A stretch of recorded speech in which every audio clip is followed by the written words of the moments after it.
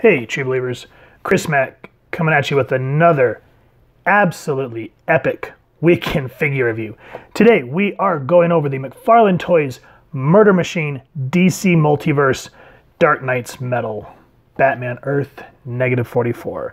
And what's that all about? We'll get into the backstory here in a minute, but as you can see, Batman does not appear to be the Batman that we all know. And this is such a cool figure, guys. I'm so glad that my buddy Sean, we're both part of a local toy chat, and he found this for me. Speaking of which, if you guys do want to pick this figure up, right now the release dates are kind of spotty, so I looked on Dorkside Toys and it's sold out on pre-orders. The other places do not have them. Your best bet right now at the time of this recording is Walmart. That's where everybody's seeming to send photos of this one along with the other Dark Knight Metal Batman. So keep an eye out for future ones because there's a few of these that I really do want.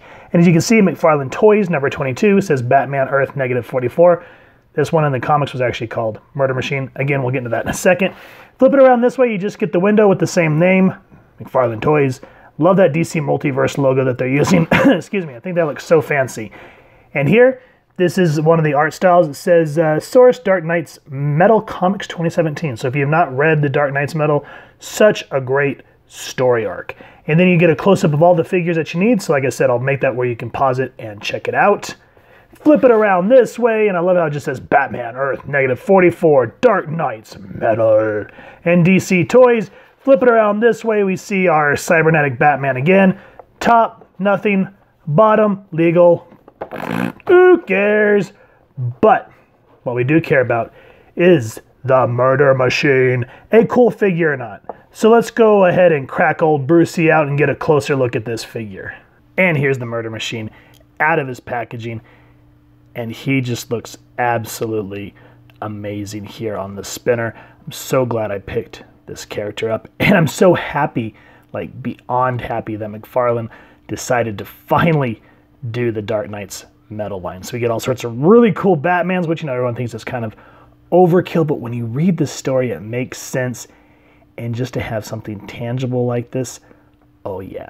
And this guy, beautifully sculpted. I kind of feel like with the paint choices, they took some chances, which we'll get to here in a second, but I feel like they nailed them in my personal opinion. So now we've had a moment to gush at this Earth -44 bats. Let's get him off the stand and get a closer look at him. So before we get into this Murder Machine, let's talk about the accessories that he comes with. First, right off the bat, he comes with this cool, like, little nanotechnology, like, kind of goopy looking glove thing. It's his hand. It's supposed to extend and show all of the cool little nanobots that he's able to extend from his new body, because this isn't a suit. This is Batman in this universe. And all that gunmetal gray, I like it, and I love all the little attentions to detail. If you can see them, we get a focus on it, because, yeah. I like how one looks kind of like a squid, then you kind of get more of the mechanicalness of it. Just looks very, I like that mixture of organic and mechanical. Just looks really beautiful. And all that black on it, just, you'd think that that would kind of kill it, but it just, to me, it looks great. And all the little added features, all the little studs and nails, and just all the cool little metal stuff like that just really gets me excited for it. And his hand swaps out relatively easy, so just grab his hand, just be careful, bang, see what I mean, be careful, and you get the peg, hand, bloop, and it is on there, my friends. So that's really cool. So no problems there. Let's go and put his hand back on, so when we do the articulation, I don't have to fight that thing. So bloop, just like that, relatively easy.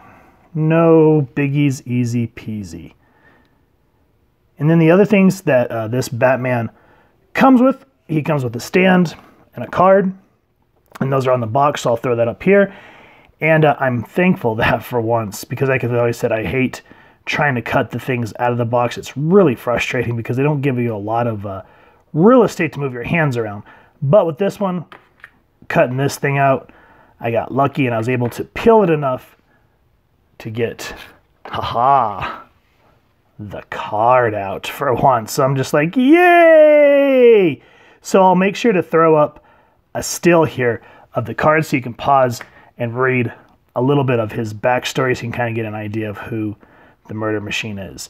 Speaking of which, this particular Batman, his first appearance, just like a lot of the other Dark Knights, was in, what was it called? Dark Days, the casting #1. And that's just more of a, what do you call it? I'm drawing a blank. A cameo appearance.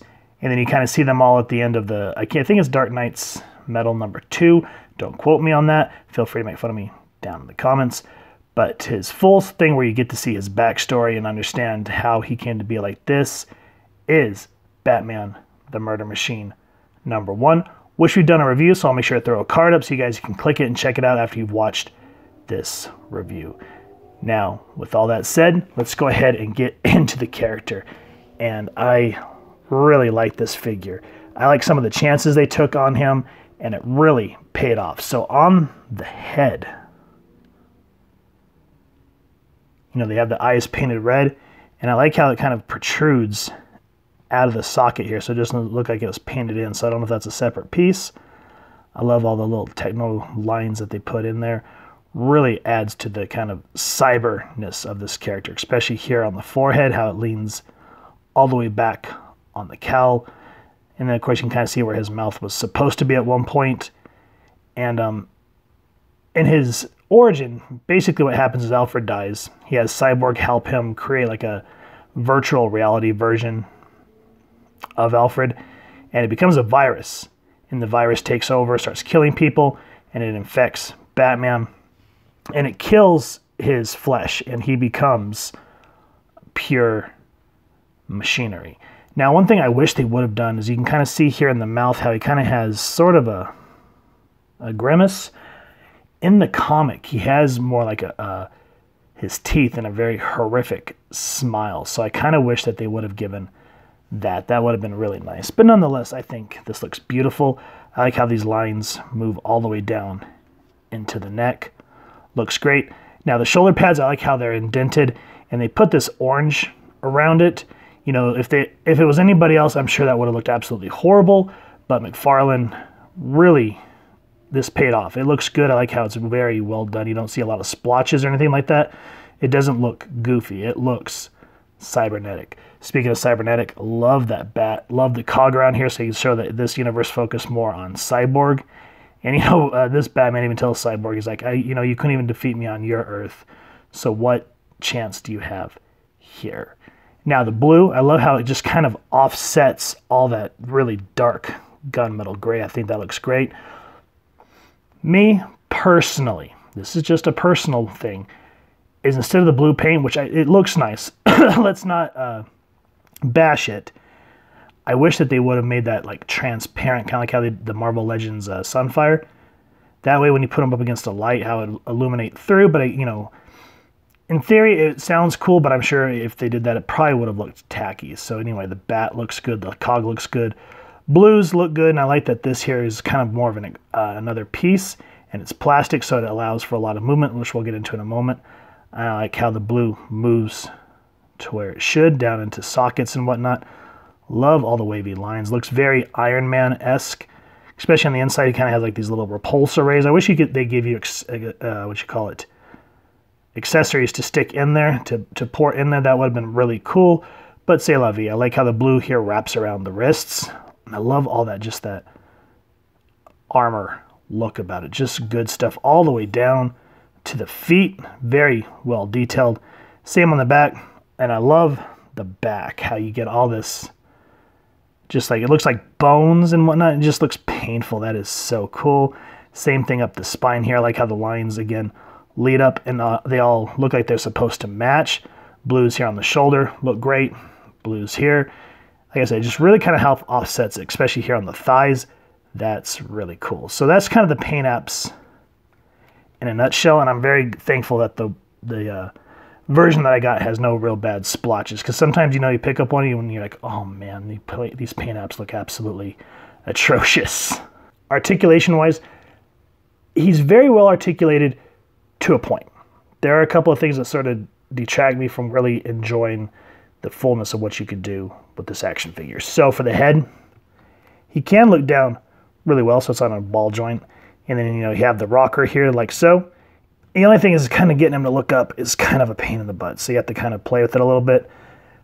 And for me, that's about as high as I can get it to go. So that's kind of here or there. It has really good movement there. That way. And then what I appreciate is these are kind of flapping, kind of plasticky. So you can get your arms up that much. And then you can twist, you know, the joint here up. The shoulder pad, I guess you want to call it that. And then go up about that much. You know, he's just kind of like, why are you bending me this way, man? And then he does have the upper arm cut, the upper bicep swivel, upper arm cut. It sounds like a freaking wrestling move.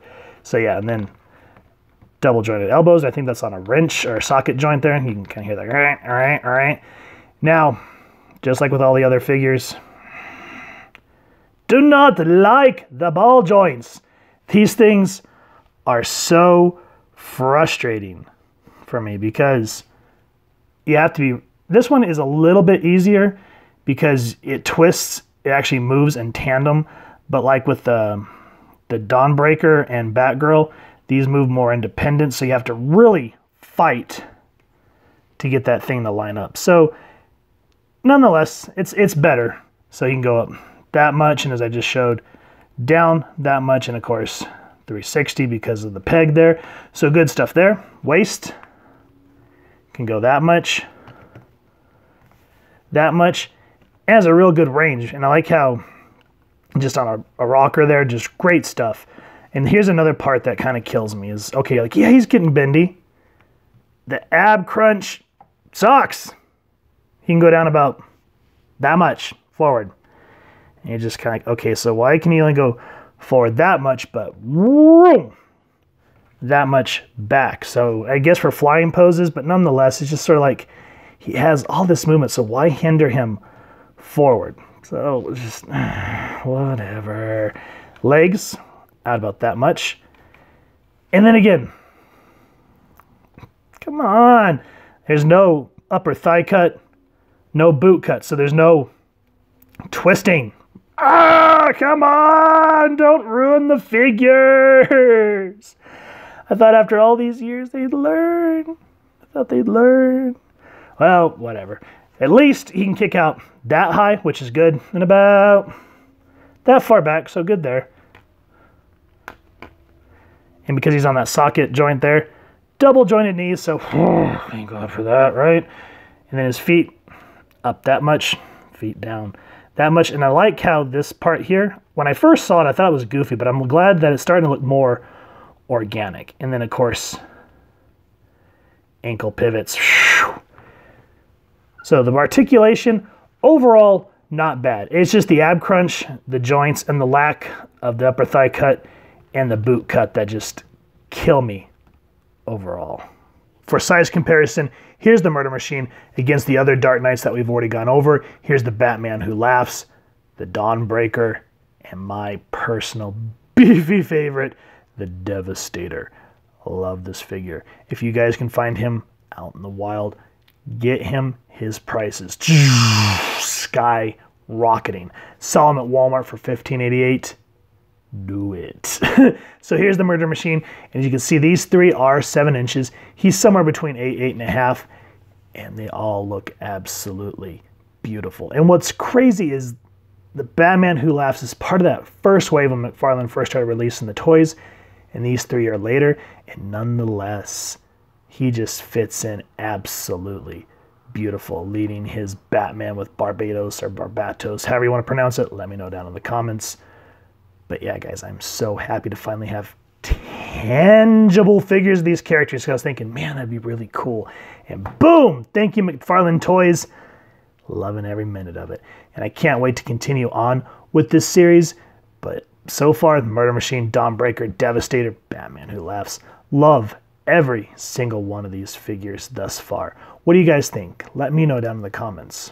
So I think this figure overall is a wonderful addition to this Dark Knight series. The paint apps are just absolutely phenomenal. Those shoulder pads could have ended up looking very horrible, but they look great. And even though they didn't use the see-through plastic on the blue, it still pops very nice amongst all this very dark gunmetal gray. And when you throw some lights on him, he illuminates beautiful. The eyes, the attention to detail, especially on this little piece, which I wish we could have gotten more, you know, kind of like how they do with Venom or Carnage, where he has all the stuff hanging off of him. That would have been a neat idea. But nonetheless, accessories are always a welcomed addition. Now, what kills me on the figure, just like some of the other ones, is the articulation. The ab crunch forward, horrible. And I kind of wish they'd figure out something else other than those ball joints, because those things are so frustrating. But nonetheless, guys, beautiful figure, all blends together to give us one magnificent piece. Now, if you've enjoyed this figure, please, first and foremost, check with your local comic shop, see if they have it in stock. If not, then you can check out other avenues. And if you've enjoyed this review, we really would appreciate it if you take a moment to hit like, share, and subscribe. Helps the club channel more than you could possibly know. And if you won't mind hitting that fancy little metal bell next to subscribe, that way as we continue to upload content, you guys will get notified. Come to the channel, and we'd love to hear your feedback and just talk with y'all down in the comments below or on our social media pages, which I'll make sure to leave the links down in the description below. So with all that said, photo slideshow coming up next, and I hope y'all continue to have an absolutely amazing day reading, and happy hunting, true believers.